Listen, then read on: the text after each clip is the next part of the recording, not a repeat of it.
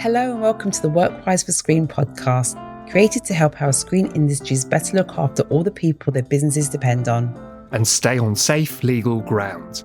It's part of a growing collection of practical resources and guidance that you can dip into without it taking you forever or costing you anything. It's supported by the BFI, awarding national lottery funding. We'll be talking with people across production, distribution and exhibition, animation, VFX and gaming about the challenges to well-being we face when deadlines and budgets are tight, and how, most importantly, to improve things. We are your hosts, Tacita Small from the Small HR Company, the HR for Entertainment one. And Keith Arrowsmith, the legal one, a creative industries solicitor and programme director for WorkWise for Screen. So this episode is going to be about diversity, and we're speaking with Stacey Carr, Head of Inclusion and Skills at Donmar Warehouse. That's one of those words that feels simple, but also quite complicated at the same time. Yeah, there's so much around diversity and its uses of words. So I'm really, really glad that we're speaking about this. It also feels as though we're all a little bit conscious of how important language is in this area. And I think this is a difficult one for this topic because the language moves along really quickly. So even this term diversity gets linked to equality, inclusion. And to help us, we've got Stacey with us today. Stacey Carr. Hi, so happy to be here. Thanks for making time. What do you think about when you hear the word diversity? Good question. There's so many different words for these ideas, diversity, EDI. There's all these letters. You turn around and a new letter is added. You're Googling, what does that letter mean? All these things. Who's coming up with these letters? Who's approving them? But really, what we're trying to do is create a creative sector and landscape that is inclusive and representative of all people. That is representative of, the city or the country or the nation that content is being created for. That is globally representative. That is telling nuanced stories about different sort of people, but with universal themes that everybody can relate to. It's also just being thoughtful about how you look after your staff, how you're hiring, how you're approaching your work, how you're talking about your work. Are you asking the right questions? I really think that it's about trying to be as holistic as possible in the work that you're doing, bringing in different voices, people with different perspectives, and finding a way for all of them to have a place. I think it's really just keeping the value of diverse voices and diverse experiences at the forefront and knowing that that makes for good business. The way that you've articulated that is really great. And that's what I love about it, the fact that it's so quickly evolving.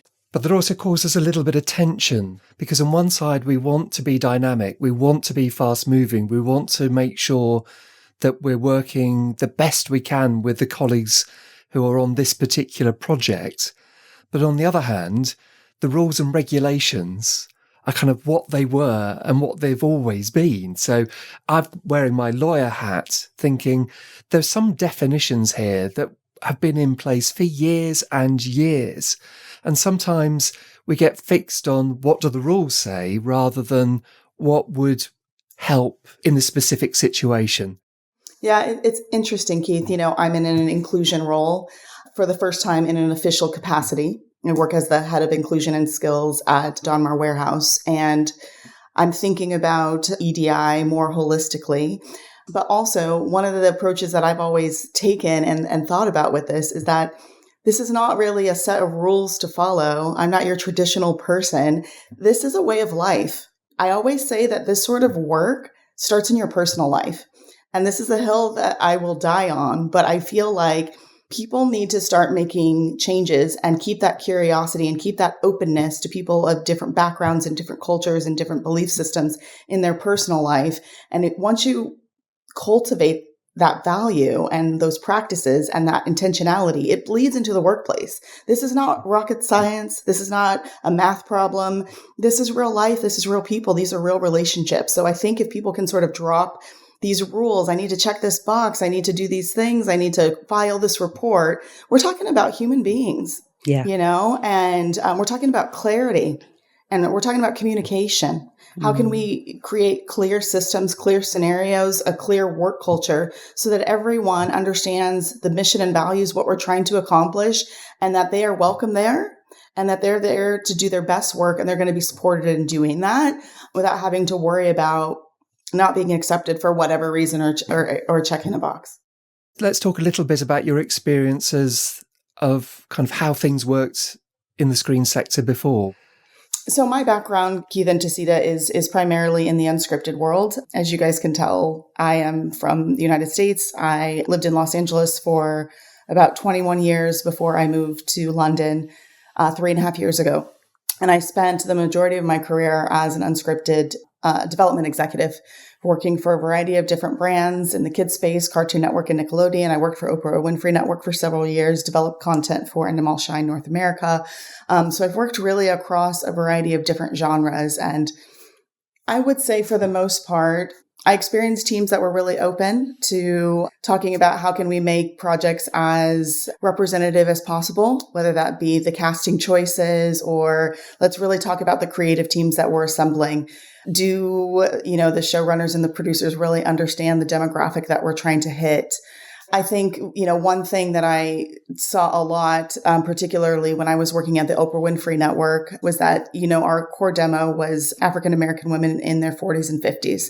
And I used to have a lot of different production companies and producers pitch me projects, and they would just really pitch anything that was Black. But it's just like, hey, we're dealing with a lot of different types of Black people who are representing different types of America. And so you don't just pitch me something with just any Black person about anything at any age. That doesn't really make sense for our demographic.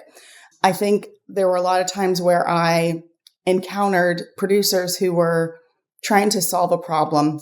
I'm developing this content. I've got this sort of person in here. So let me go to this network that does this thing, not paying attention to the nuance, not paying attention to the content that we've already programmed and what that audience might be looking for. Just really trying to solve a problem and not really seeing an audience for really who they are.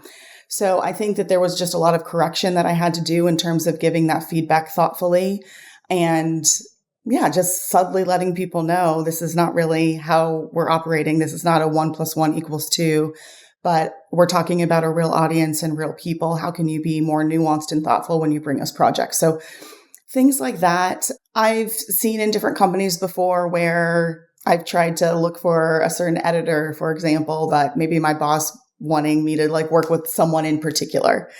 And I didn't necessarily think that person had the sensibility that made sense, but because that person knew that person, they really wanted to push that.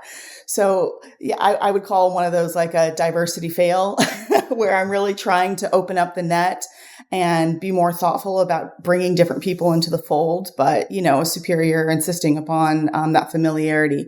I feel like in the UK, it's smaller. There's just smaller companies. All the projects have to be very nimble. And you really are just trying to get stuff done and you're really just trying to get stuff sold. And I've seen a lot of projects that feature people of color just really not necessarily being as full of joy, I guess. They're just targeted toward race and problems and issues and hardships as opposed to a story about an interesting family or that just happened to be X. So I think sometimes it might just be harder to find those stories or perhaps there's not a diverse enough workforce that is thinking that holistically. Yeah, I just don't know if the UK has always been accustomed to asking those questions or feeling like it was necessary. I don't want to make too many big generalizations because I don't think that that's necessarily fair for me to do that. But I know that there's something with teams being smaller, teams not being as diverse, there not being a lot of room for executives of color and people of different backgrounds to be raised up in those roles, to be thinking about the different types of stories, I think contributes to that. And we're seeing so many more new companies coming through, I'd say in the last 3 years. And the typical story can be two best friends have an idea, set up a company, and now they're going to make that thing. but now they're running a small business. But now you've got to think about diversity. You've got to think about budgets. You've got to think about hiring. So what you do what you've always done or what's happened to you. You hire the people that are in your phone. And that's not what we want. Being intentional. If you're going to set up a production company of any kind, what is it you're trying to say and do with what you're about to do? Because it's a massive responsibility. And people think, well, I just want to make some content. It's tricky because it takes an extra level of intentionality. One of the places to start is in the content that you consume. What sort of films and TV shows are you watching, or what might you be open to? There's so much that's available on so many different platforms. There's all kinds of independent films. What are you exposing yourself to in terms of different stories? The UK is small enough to be able to travel around if, you have the ability to do so. Are you going to different industry conferences? Are you able to penetrate certain schools or certain areas where maybe you could volunteer to be a guest speaker or speak on a panel and put yourself in places where there's a variety of different people who are wanting to learn about the sector, where you can speak about your experience, where you can bring exposure to your company and what you're trying to achieve? I think more and more companies need to be just sharing their stories and be more visible on social media platforms or even LinkedIn. Where can you be talking about your company and what your goals and aims are? Is there an opportunity for you to invite people into your work through those opportunities? I think sometimes it might be you going out and showing up and showing interest at, there's so many different organizations like, the BFI, Soho Media Club does a yearly conference. There's so many different things where it's like, what are you seeing is an opportunity for you to penetrate so that you can hear more about what the workforce is talking about what the audiences might want, and how can you collaborate with people? And what's hard to, and I want to acknowledge this, is that particularly with these smaller companies, what you mentioned earlier, there's a bandwidth issue. Not everybody has a lot of time. People have their personal lives outside of work and the companies that they're building. People are stretched for time, I understand.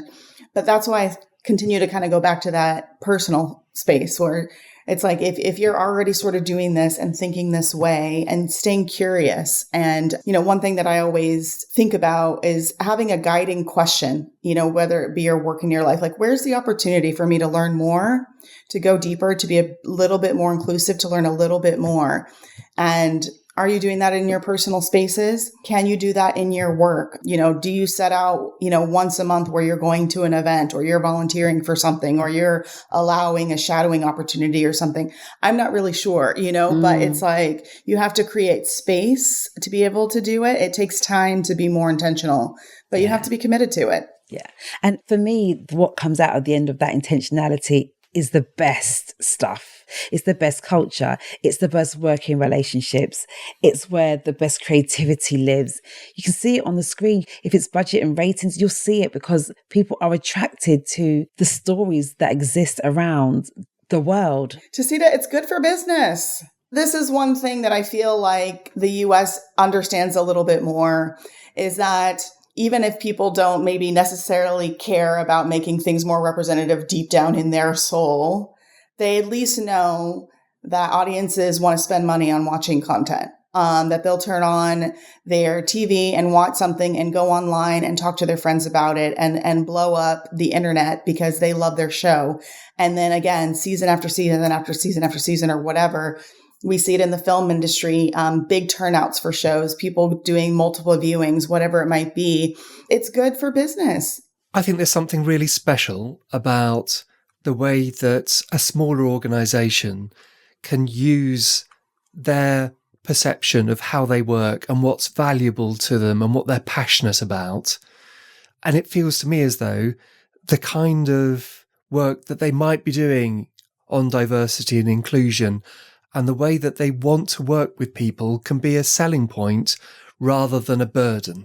Keith, I love that, because what you just alluded to was opportunity, right? That's what my guiding question is. Where's the opportunity for us to be forthcoming and clear about our mission and values, about how we want to do work? Can we be clear about our challenges and maybe the things that we don't know and our blind spots? Can you be open about the areas in which you want to grow and talk about that in an authentic way? Again, I really think more companies can be more vocal on social media because people are wanting to engage with companies. They go to creative events and they want to hear someone on stage say something a little bit different. I don't know about you guys, but when I first got to the UK, I went to a lot of different industry events and I feel like people say the same stuff and it's boring. You know what I mean? I want someone to get authentic and talk about a real journey, the real challenges that they have. But yeah, that maybe they're really working toward it. And also, is there a call? Like, we have an open door. We're looking for these type of stories. We're looking for these type of collaborators. Are you setting aside time to have general meetings with talent? You don't have to make promises, but are you exploring talent? I really think that people need to have open doors and to really create time to be meeting different types of people. I think that there's just an authenticity that needs to just be leaned into. But I think curiosity is key. Yeah, I think there's something really interesting about this idea of being open and taking a few risks, which for a sector that's in the creative industries, one would hope it will feel natural. But I think it doesn't for some people. And it's interesting because you can be a freelancer who's really experienced and has a specialism that is valued, but that can be completely undermined if you don't have that openness and that ability to take a little bit of risk and find out about areas that aren't within your natural turf. And I think that's why sometimes we get stuck. I think so too. And Keith, and I think it probably needs to be said that our industry it's going through some major challenges right now. And there's just going to be seasons where no one's going to be buying anything, right? So no matter how out of the box your idea is, or even how on the nose it might be for everything else that's in the zeitgeist, it just might not be this hot time where people are going to pick it up. It doesn't mean that you have to throw it away. It can stay on the development slate. But, there are going to be different times where there's not going to be that openness. But, also just keeping your eyes on the zeitgeist and keeping those relationships alive with the buyers, with your collaborators, to strike when the iron is hot again. But yeah, I think that this is a difficult time for any out of the box idea to get anywhere, but it's certainly not a reason to give up on it and to just go back to basics and cookie cutter ways. I think you have to stay innovative, but I think sometimes there are certain challenging seasons like the one that we're in where we might have to wait for these doors to open up a bit wider again. But again, this is the opportunity to be cultivating those relationships when it's a little bit slower. There's something about using this as an opportunity to make your view heard, or at least learn about other people's views. If you've got the time to do it. It feels as though this is an area where it will reap rewards if you give it the time and energy. That's exactly it. And you can always revisit your mission and values and the sort of content that you're focusing on.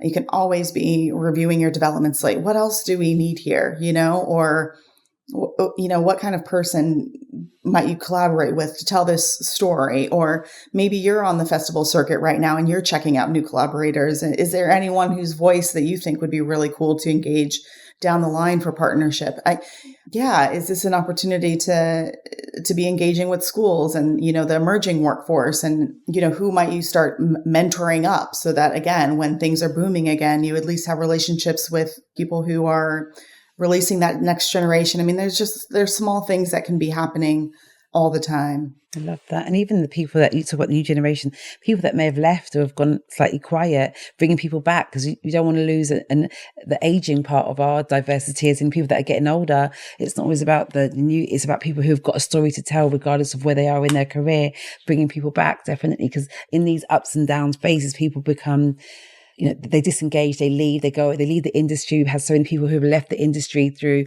this down period. Let's bring them back. Come on, let's go. Yeah, so true to see that. I mean, I've seen that happen so much. It's, truthfully, a reason why I'm working in the theater space at the moment. A lot of people are pivoting and doing different things, but they're also gaining different sets of experience that can be brought back in. And, again, I think that's just another way that we could be thinking about a diverse workforce. How are we engaging different generations and different people with different experience levels and have, be closing those generational divides and just putting different people on our crews and in the workforce to bring different things and different backgrounds. So there's opportunity there.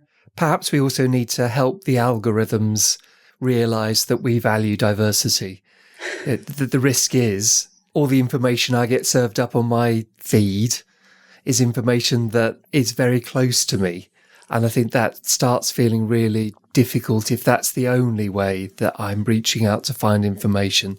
Mm-hmm. So maybe we all leave the podcast and go and follow someone or something that is completely outside of our normal comfort zone and see how that feels. Absolutely. And maybe even asking around in your community, is there anyone interesting that you've met recently that I should meet?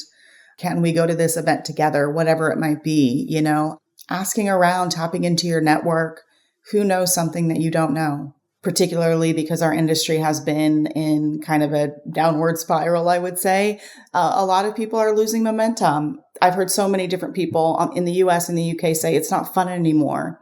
But can it be fun again? Can we find different areas of inspiration? I think even if we've been in the game for multiple decades, there's still new things to penetrate, different content to consume, and different types of programming to seek after. So yeah, I think that curiosity should just really never stop, regardless of your level. Stacey, it's been lovely to spend a little bit of time thinking about it. And my goodness, how inspirational to hear it and see it and feel it in the conversation today. So thank you ever so much for spending time with us. Yes, it's been really lovely to speak to both of you. Thank you so much for having me. No, I appreciate you. Thank you very much. Thanks for listening to the WorkWise for Screen podcast, supported by the BFI awarding National Lottery funding. Our online platform provides lots of easy to understand information and invites to our events. Visit our website at workwiseforscreen.org.uk and register for the latest updates. Please follow us on social media and join in this crucial conversation. And contact us with suggestions for future episodes, or if you can support the programme in any other way. This podcast is produced by Podcast Labs. Music is by Benjamin Squires.